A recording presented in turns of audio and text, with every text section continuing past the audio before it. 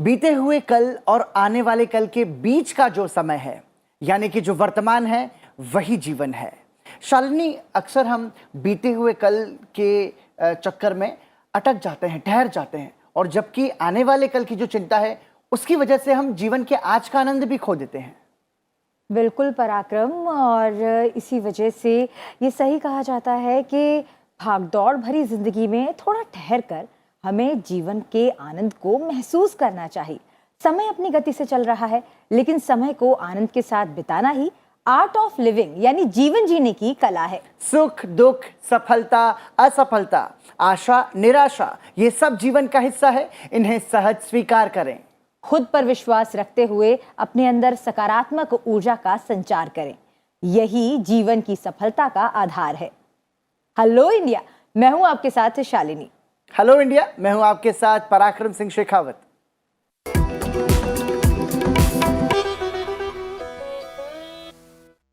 पराक्रम, सबसे पहले जानते हैं कि आज हेलो इंडिया में क्या कुछ खास हम हमारे दर्शकों को दिखाने वाले हैं।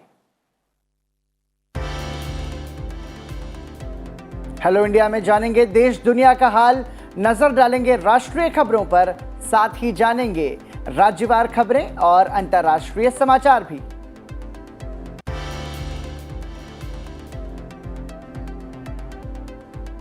साथ ही आज हमारे खास segment news you can use में हम बात करेंगे अटल पेंशन योजना की, और आपको देंगे इससे जुड़ी हुई सारी जानकारी। पलटेंगे इतिहास के पन्नों को और जानेंगे आज के दिन से जुड़ा इतिहास।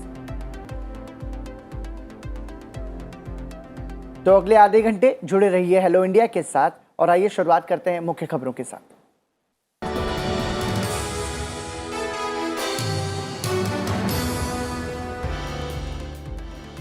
प्रधानमंत्री नरेंद्र मोदी ने मुक्केबाज निखत जरीन को महिला विश्व चैंपियनशिप फ्लाईवेट वर्ग में स्वर्ण पदक जीतने पर बधाई देते हुए कहा कि उन्होंने देश को गौरवान्वित किया है। प्रधानमंत्री ने ट्वीट किया, हमारे मुक्केबाजों ने हमें गौरवान्वित किया है। निखत जरीन को स्वर्ण पदक जीतने पर बधाई। उन्होंने आगे लिखा कि मैं मनीषा मोन और परवीन हुड्डा को भी कांस्य पदक जीतने पर बधाई देता हूं।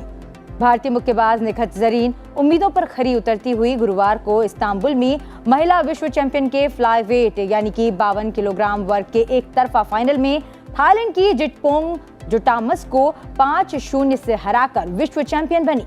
राष्ट्रपति, उपराष्ट्रपति और लोकसभा अध्यक्ष ने भी निखत जरीन को बॉक्सिंग में विश्व चैंपियन बनने पर बधाई दी है।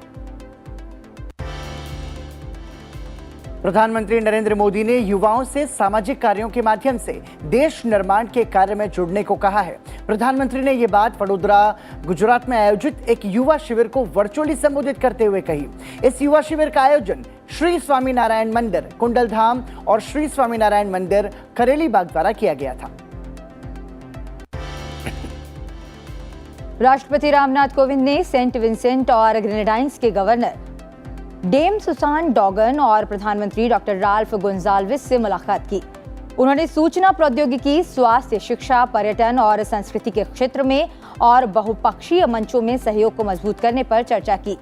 इस दौरान भारत और सेंट विंसेंट और ग्रेनेडाइंस ने कर संग्रह में सूचना और सहायता के आदान प्रदान और ओल्ड कार्टर कम्युनिटी सेंटर के नवीनीकरण पर 2 समझौता ज्ञापनों पर हस्ताक्षर किए। राष्ट्रपति रामनाथ कोविंद ने सेंट विंसेंट और ग्रेनेडाइंस की सभा को संबोधित भी किया। उन्होंने कहा कि भारत अपने विकास की यात्रा में अर्जित अपने अनुभव, ज्ञान और कौशल को साथ ही विकासशील देशों के साथ साझा करने की अपनी प्रतिबद्धता में दृढ़ रहा है। इससे पहले राष्ट्रपति ने किंग्सटाउन के बॉटेनिकल गार्डन में चंदन का पौधा लगाया, सांस्कृतिक प्रदर्शन देखा और बच्चों से बातचीत भी की। लोकसभा अध्यक्ष ओम बिरला ने दिल्ली में प्रधानमंत्री संग्रहालय का दौरा किया। स्पीकर ने 3 मूर्ति परिसर में निर्मित संग्रहालय के दोनों ब्लॉक में देश के 14 पूर्व प्रधानमंत्रियों के जीवन की झलक के साथ साथ राष्ट्र निर्माण में उनके योगदान का अवलोकन भी किया। लोकसभा अध्यक्ष ने कहा कि अत्याधुनिक तकनीक से सुसज्जित ये अद्भुत संग्रहालय स्वाधीन भारत के 75 वर्षों की ऐतिहासिक यात्रा का प्रतिबिंब है। भारत ने आजादी के बाद जो प्रगति की, जो उपलब्धियां हासिल की, उनको जानने समझने का अनूठा माध्यम है ये संग्रहालय। उन्होंने देश के सभी नागरिकों को इस संग्रहालय की यात्रा करने का आग्रह भी किया। केंद्रीय गृह मंत्री अमित शाह ने बृहस्पतिवार को कहा कि विश्वविद्यालयों को वैचारिक लड़ाई का मैदान नहीं बनना चाहिए। दिल्ली विश्वविद्यालय के एक कार्यक्रम में छात्रों को संबोधित करते हुए केंद्रीय गृह मंत्री ने कहा, विश्वविद्यालयों को विचार आदान प्रदान करने का मंच बनना चाहिए, वैचारिक लड़ाई का स्थान नहीं।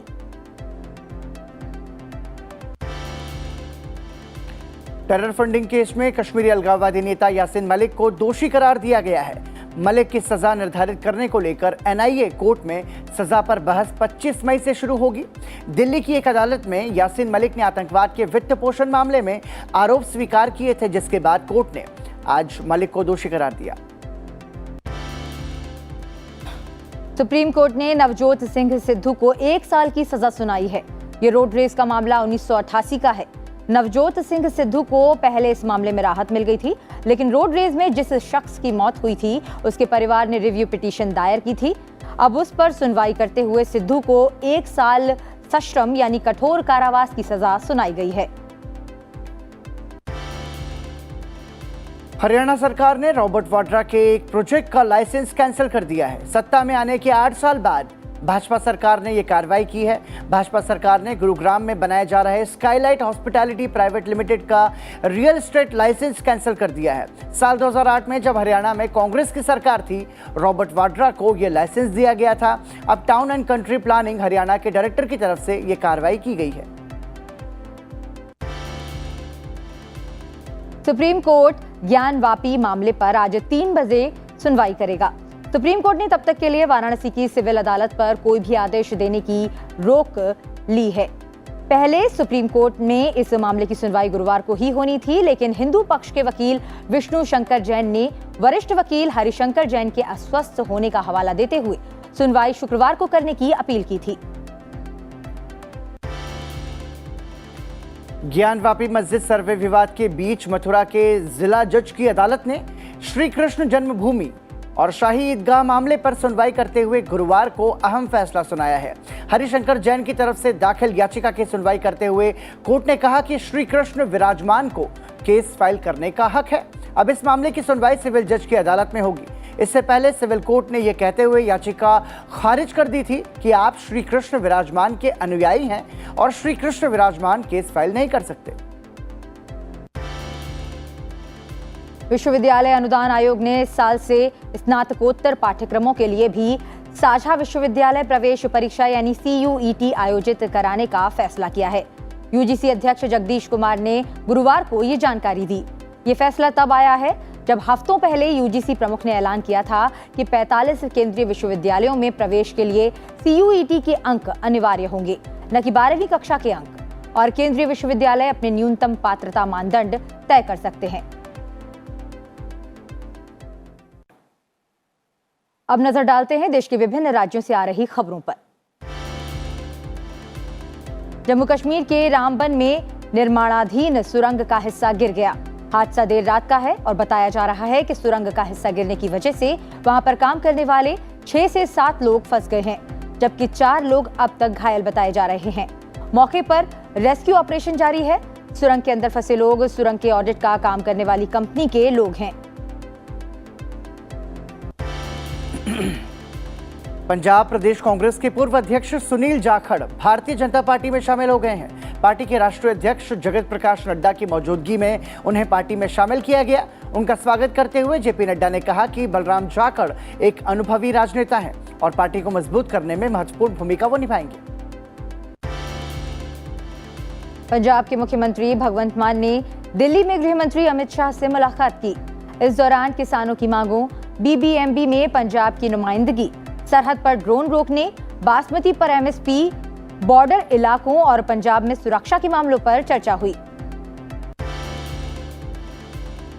दिल्ली हाई कोर्ट ने आम आदमी पार्टी सरकार द्वारा शुरू की गई घर घर राशन पहुंचाने की योजना को रद्द कर दिया है। कोर्ट ने कहा कि घर घर चीजें पहुंचाने के लिए दिल्ली सरकार कोई और योजना लाने के लिए स्वतंत्र है, लेकिन वह केंद्र सरकार की ओर से उपलब्ध कराए गए अनाज का इस्तेमाल नहीं कर सकती। उत्तर प्रदेश के मुख्यमंत्री योगी आदित्यनाथ ने लखनऊ में विधानसभा की गैलरी के सौंदर्यीकरण के कार्यों और विधान भवन में नेशनल ई-विधान केंद्र का लोकार्पण किया। इसके साथ ही विधानमंडल की कार्यवाही को पेपरलेस कर लिया गया है। केरल में मूसलाधार बारिश के बीच मौसम विभाग ने 12 जिलों में पूरे दिन के लिए ऑरेंज अलर्ट जारी किया है। मौसम विभाग के मुताबिक उत्तरी तमिलनाडु और आसपास के क्षेत्रों में चक्रवाती परिचरण की वजह से इस दक्षिणी राज्य के कई हिस्सों में अगले 2 दिनों तक भारी और बहुत भारी बारिश होने की संभावना है। कर्नाटक में बारिश अब भी जारी है। भारी बारिश की वजह से यहां हालात गंभीर होते जा रहे हैं। मुख्यमंत्री बसवराज बोम्मई ने कुछ इलाकों का दौरा कर हालात का जायजा लिया। देश का पूर्वोत्तर राज्य असम इस समय बाढ़ की चपेट में है। बाढ़ और बारिश के हालात को देखते हुए कई जिलों में शैक्षणिक संस्थानों को शुक्रवार तक के लिए बंद कर दिया गया है। असम में करीब 7 लाख लोग बाढ़ से प्रभावित हैं। बाढ़ की वजह से 3 मंडलों के 147 गांव इस समय पानी में डूबे हुए हैं। सड़क संपर्क टूटने से कई इलाके कट गए हैं। बाढ़ और बारिश के बीच लगातार राहत बचाव का काम जारी है। सेना और एनडीआरएफ के जवान अलग अलग क्षेत्रों में फंसे लोगों को सुरक्षित स्थान पर पहुंचाने में जुटे हुए हैं। अब रुख करते हैं अंतर्राष्ट्रीय खबरों की ओर। भारत और बांग्लादेश ने गुरुवार को फ्रांस में कान फिल्म महोत्सव के मौके पर सह निर्माण film Mujib the making of a nation का ट्रेलर संयुक्त रूप से जारी किया। इस मौके पर भारत के केंद्रीय मंत्री अनुराग ठाकुर, बांग्लादेश के मंत्री सहित कई गणमान्य लोग मौजूद थे। अमेरिकी राष्ट्रपति जो बाइडेन दक्षिण कोरिया के साथ सहयोग बढ़ाने के उद्देश्य से आज से दक्षिण कोरिया और जापान के दौरे पर हैं। जो बाइडेन टोक्यो में दूसरी क्वाड बैठक में हिस्सा लेंगे, जहां क्वाड देशों यानी कि भारत, जापान और ऑस्ट्रेलिया के साथ बातचीत करेंगे। इसके अलावा अमेरिकी राष्ट्रपति भारत के प्रधानमंत्री नरेंद्र मोदी के साथ द्विपक्षीय बैठक भी करेंगे। यूक्रेन वॉर को लेकर नाराज जापान रूस पर हाईटेक सामानों के निर्यात को लेकर प्रतिबंध लगाएगा। रूस को निर्यात के लिए बैन सामानों की सूची में तेल शोधन उपकरण, क्वांटम कंप्यूटर, इलेक्ट्रॉन माइक्रोस्कोप, परमाणु बल माइक्रोस्कोप और 3D प्रिंटर शामिल है।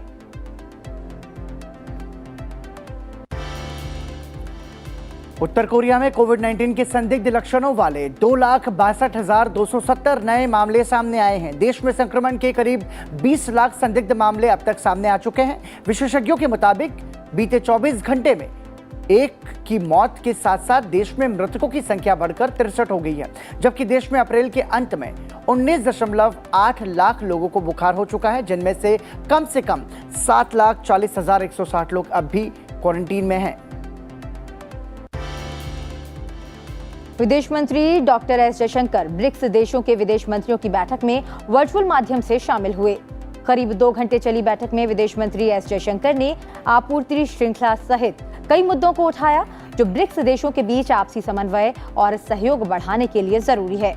खासकर भारत की तरफ से कोविड और रूस यूक्रेन युद्ध की वजह से ऊर्जा, खाद्य सामग्री और सामानों की आपूर्ति में आने वाली बाधाओं को उठाया गया। अमेरिकी रक्षा मुख्यालय पेंटागन के शीर्ष खुफिया अधिकारी ने कहा है कि भारत के परमाणु हथियारों की संख्या और उसकी सैन्य ताकत को देखते हुए पाकिस्तान अपने परमाणु हथियारों की संख्या बढ़ा सकता है। अधिकारी के मुताबिक पाकिस्तान परमाणु क्षमताओं का आधुनिकीकरण और विस्तार करना जारी रखेगा। डिफेंस इंटेलिजेंस एजेंसी के निदेशक लेफ्टिनेंट जनरल स्कॉट बेरियर ने सीनेट आर्म्ड सर्विस कमेटी के सदस्य के तौर पर यह बात कही। भारत का पड़ोसी देश श्रीलंका इतिहास में पहली बार दिवालिया हो गया है। पिछले 70 से अधिक सालों के सबसे खराब आर्थिक संकट से जूझ रहा ये देश अपना कर्ज नहीं चुका पाया है। श्रीलंका को 7 करोड़ 80 लाख डॉलर का कर्ज चुकाने के लिए 30 दिनों की छूट दी गई थी, लेकिन श्रीलंका अपना कर्ज नहीं चुका पाया। वहीं श्रीलंका के केंद्रीय बैंक के गवर्नर ने कहा है कि उनका देश आर्थिक संकट टालने के लिए कर्ज नहीं चुका रहा है, यानी ये प्रीएम्प्टिव डिफॉल्ट है। पाकिस्तान की सरकार ने इमरजेंसी आर्थिक योजना के तहत कई सामानों पर प्रतिबंध लगा दिया है। सरकार ने मोबाइल फोन, कारों, घरेलू उपकरणों और हथियारों जैसे सभी गैर जरूरी विलासिता की वस्तुओं के आयात पर प्रतिबंध लगाया है। पाकिस्तान के प्रधानमंत्री शहबाज शरीफ ने इस फैसले की घोषणा करते हुए ट्वीट किया कि इस कदम से देश की कीमती विदेशी मुद्रा की बचत होगी। आपको बता दें कि अमेरिकी डॉलर के मुकाबले पाकिस्तानी रुपया हाल के समय में काफी कमजोर हो गया है। $1 की कीमत करीब 200 पाकिस्तानी रुपए के बराबर हो गई है। संयुक्त राष्ट्र महासचिव एंटोनियो गुटेरेस ने कहा कि दुनिया भर में भुखमरी का स्तर एक नई ऊंचाई पर है। उन्होंने दुनिया से इसके खिलाफ लड़ाई का आह्वान किया है। उन्होंने ये बात global food security call to action के दौरान कही। संयुक्त राष्ट्र प्रमुख ने कहा कि गंभीर रूप से खाद्य असुरक्षित लोगों की संख्या केवल 2 वर्षों में दोगुनी हो गई है। पहले जो संख्या 13.5 करोड़ थी, वो अब 27.6 करोड़ हो गई है। उन्होंने कहा कि 2016 के बाद से 500% से अधिक की वृद्धि हुई है। The Russian invasion in Ukraine is amplifying and accelerating all these factors: climate change, COVID-19, and inequality. It threatens to tip tens of millions of people over the edge into food insecurity, followed by malnutrition, mass hunger, and famine in a crisis that could last for years. But let's be clear, there is no effective solution to the food crisis without reintegrating Ukraine's food production, as well as the food and fertilizer produced by Russia and Belarus, into world markets despite the war. Bharat वैश्विक गेहूं की कीमतों में अचानक हुई बढ़ोतरी के मद्देनजर खाद्य सुरक्षा पर पड़े प्रतिकूल असर से प्रभावी ढंग से निपटने के लिए प्रतिबद्ध है। यह कहना है भारत के विदेश राज्य मंत्री वी मुरलीधरन का संयुक्त राष्ट्र सुरक्षा परिषद में अंतर्राष्ट्रीय शांति और सुरक्षा के रखरखाव, संघर्ष और खाद्य सुरक्षा पर एक खुली बहस को संबोधित करते हुए केंद्रीय मंत्री वी मुरलीधरन ने कहा कि पूरी दुनिया रूस और यूक्रेन के संघर्ष के कारण प्रतिकूल रूप से प्रभावित हुई है।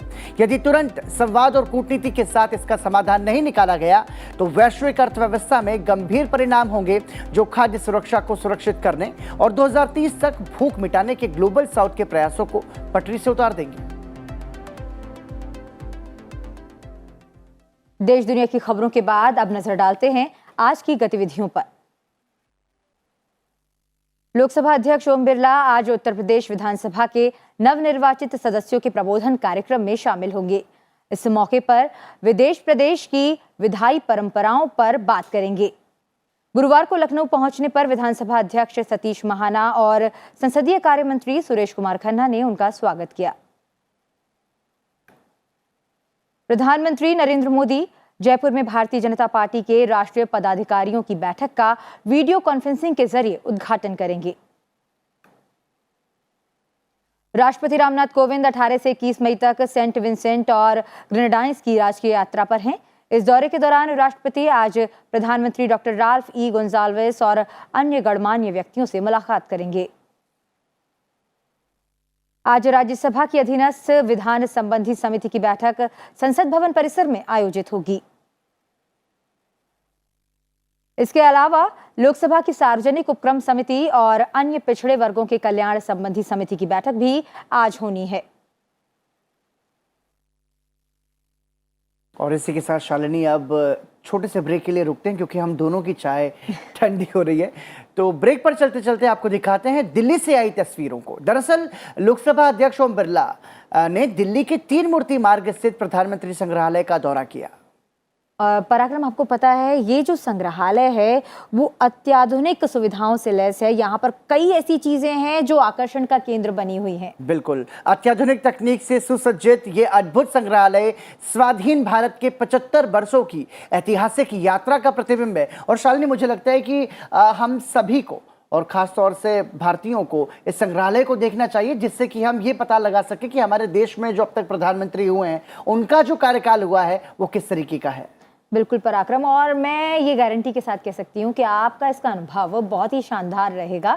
तो आप यहाँ ज़रूर जाइए, क्योंकि लोकसभा अध्यक्ष ने भी आप लोगों से आग्रह किया है कि आप इस संग्रहालय का, प्रधानमंत्री संग्रहालय में ज़रूर जाएं।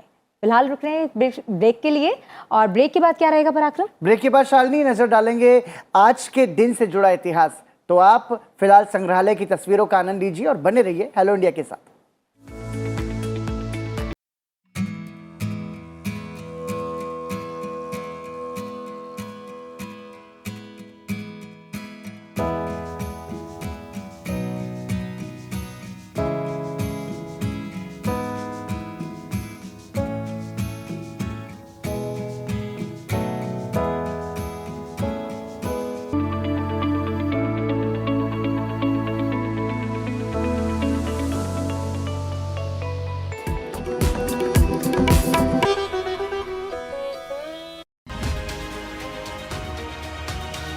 Symbolic of the deepening India-Africa relations is the fact that India is now the continent's 4th largest trading partner and the 5th largest investor in Africa. Africa and India both have very youthful populations. You could have as many as 700 million people coming into the workforce, and if they all were productively employed, just see the economic activity which will happen. India is one of our largest purchasers of our own crude oil. And in addition to that, we have a lot of students who are studying here in India, Yes. more than any other African country.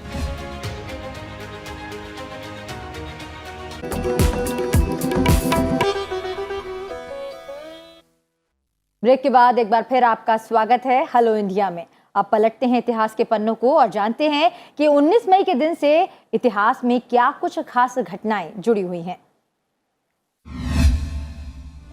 20 मई वर्ष 1498 में Vasco D gamma ने भारत जाने वाले समुद्री मार्ग की खोज की। अपनी समुद्र यात्रा के दौरान वास्को डी गामा सबसे पहले भारत के दक्षिण पश्चिम के तट पर स्थित कालीकट पर पहुंचा। इस यात्रा के दौरान वास्को डी गामा का समुद्री बेड़ा मोजाम्बिक द्वीप से मालिंदी होते हुए कालीकट पर पहुंचा। इस जगह को वास्को डी गामा ने अपने भारत पहुंचने के प्रमाण के रूप में स्थापित किया।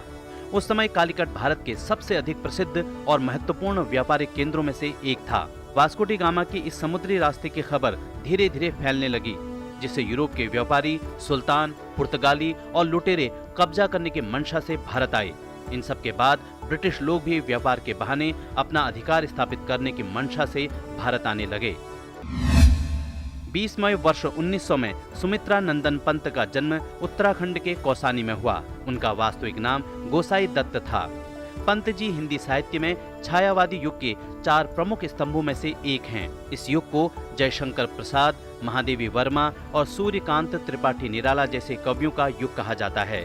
उनका संपूर्ण साहित्य सत्यम शिवम सुंदरम के आदर्शों से प्रभावित रहा। उनके द्वारा रचित काव्य कृतियां हैं ग्रंथि, गुंजन, ग्राम्या, युगांत, स्वर्ण किरण, स्वर्ण धूलि, कला और बूढ़ा चांद, लोकायतन, चिदंबरा, सत्यकाम। हिंदी साहित्य में उनके योगदान के लिए उन्हें वर्ष 1961 में पद्म भूषण, वर्ष 1968 में ज्ञानपीठ और साहित्य अकादमी पुरस्कार से सम्मानित किया गया। 20 मई वर्ष 2011 में झारखंड की पर्वतारोही प्रेमलता अग्रवाल ने पर्वतारोहण के क्षेत्र में एक नया इतिहास रचा। सबसे उम्रदराज भारतीय महिला प्रेमलता ने दुनिया के सबसे ऊंचे पर्वत शिखर माउंट एवरेस्ट पर चढ़ने का गौरव हासिल किया। उन्होंने ये कीर्तिमान 48 साल की उम्र में हासिल किया। जिस दौरान प्रेमलता ने इतिहास अपने नाम किया, उस समय माउंट एवरेस्ट की ऊंचाई 29,029 फीट की थी। वर्तमान में इस पर्वत शिखर की ऊंचाई 29,032 फीट है। 2013 में प्रेमलता ने 50 वर्ष की उम्र में उत्तरी अमेरिका के अलास्का के माउंट मैकिनले को फतह कर एक और उपलब्धि हासिल की। इस पर्वत शिखर पर चढ़ने वाली वे पहली भारतीय महिला हैं। वर्ष 2013 में प्रेमलता को पद्मश्री से नवाजा गया। और शालिनी, इतिहास के पन्नों को तो हमने पलट लिया, अब वक्त है न्यूज़ यू कैन यूज़ के जरिए हमारे दर्शकों को ऐसी खबर बताने का जो कि उनके काम की है। और शालिनी, आज न्यूज़ यू कैन यूज़ में जो हम काम की खबर बताने वाले हैं, वो मुझे लगता है जो हमारे सीनियर सिटीजन्स हैं उनके लिए बहुत फ़ायदेमंद खबर है। दरअसल केंद्र सरकार की ओर से बीते 7 सालों में कई खास स्कीम की शुरुआत की गई, जिसके तहत सरकार ने करोड़ों रुपए जो है वो हमारे जो सीनियर सिटीजन्स है, वरिष्ठ नागरिक है, उनकी देखभाल के लिए उसमें लगाए हैं। और बुढ़ापे में आपके भविष्य को सुरक्षित रखने के लिए इनमें से एक योजना है अटल पेंशन योजना। पराक्रम, अब तक इस योजना के तहत 4 करोड़ से ज़्यादा लोग रजिस्टर करा चुके हैं और इस योजना के ज़रिए असंगठित क्षेत्र में काम करने वाले लोगों के लिए काफ़ी फ़ायदा होता है और ये उनके लिए एक सामाजिक सुरक्षा स्कीम है। बिल्कुल, तो मुझे लगता है कि इसकी जानकारी दर्शकों को भी होनी चाहिए। अटल पेंशन योजना में निवेश करने से रिटायर होने के बाद आप हर महीने पेंशन पाने के हकदार हो सकते हैं। अटल पेंशन योजना की सबसे बड़ी खासियत यही है कि ये आपको उम्र के उस दौर में सहारा देती है जब आप बेसहारा होते हैं। तो इसीलिए ये ज़रूरी है कि हम हमारे दर्शकों को बताएं कि अटल पेंशन योजना का लाभ आप कैसे ले सकते हैं। जानिए न्यूज़ यू कैन यूज़ के जरिए। देश का कोई भी नागरिक अटल पेंशन योजना में निवेश कर सकता है। अटल पेंशन योजना का लाभ लेने के लिए आपके पास बैंक खाता होना जरूरी है। साथ ही बैंक खाते का आधार कार्ड से जुड़ा होना भी जरूरी है। अटल पेंशन योजना का लाभ लेने के लिए आपकी उम्र 18 से 40 के बीच होनी चाहिए। योजना का लाभ लेने के लिए आपको कम से कम 20 साल तक निवेश करना होगा। ऐसे लोग जो आयकर के दायरे में आते हैं, सरकारी कर्मचारी हैं या फिर पहले से ही EPF, EPS जैसी योजना का लाभ ले रहे हैं, वे अटल पेंशन योजना का हिस्सा नहीं बन सकते। अटल स्कीम में पेंशन की रकम आपके लिए किए गए निवेश और आपकी उम्र पर निर्भर करती है।